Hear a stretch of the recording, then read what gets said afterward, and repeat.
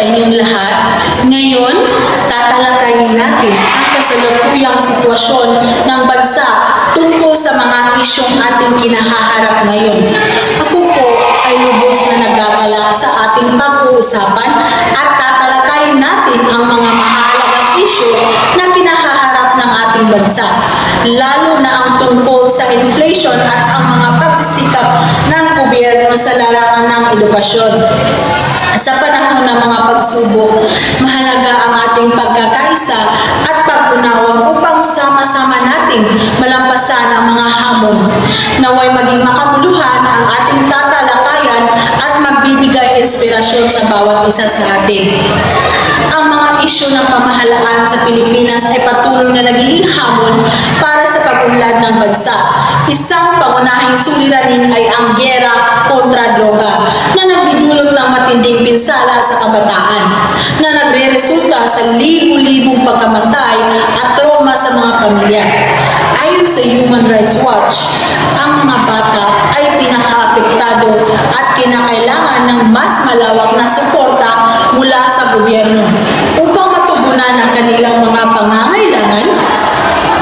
Sa buwan ng Oktubre 2024, ang inflation rate sa Pilipinas ay umabot sa 2.3%, tumaas mula sa 1.9% noong Setyembre.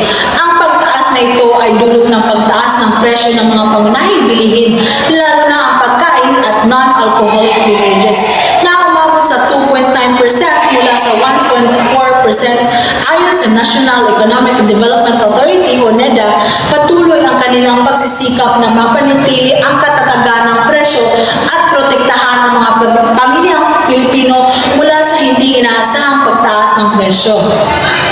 Sa kabila ng mga hamon dulot ng inflation, patuloy ang gobyerno sa pagpapabuti ng sistema ng edukasyon. Ang Department of Education ay naglunsad ng mga programa upang masiguro ang access at kalidad ng edukasyon para sa lahat, lalo na sa mga marginalized na komunidad. Sa panahon ng krisis, mahalaga ang pagkakaisa at pagtutulungan upang matugunan ang mga pangangailangan ng bawat mamamayan at mapanatili ang kaunlaran ng bansa. Ang kahirapan ay hindi lamang isang estadistika. Ito ay isang realidad na nararanasan ng maraming Pilipino.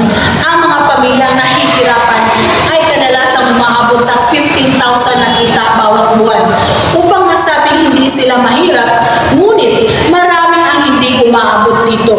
Sa kabila ng mga hakbang ng gobyerno upang maibsan ang kahirapan, tulad ng Pantawid Pamilyang Pilipino Program o 4Ps, patuloy pa rin ang pagtaas ng bilang ng mga bagong mahihirap dulot ng natural na kalamidad at pagtaas ng presyo ng mga bilihin.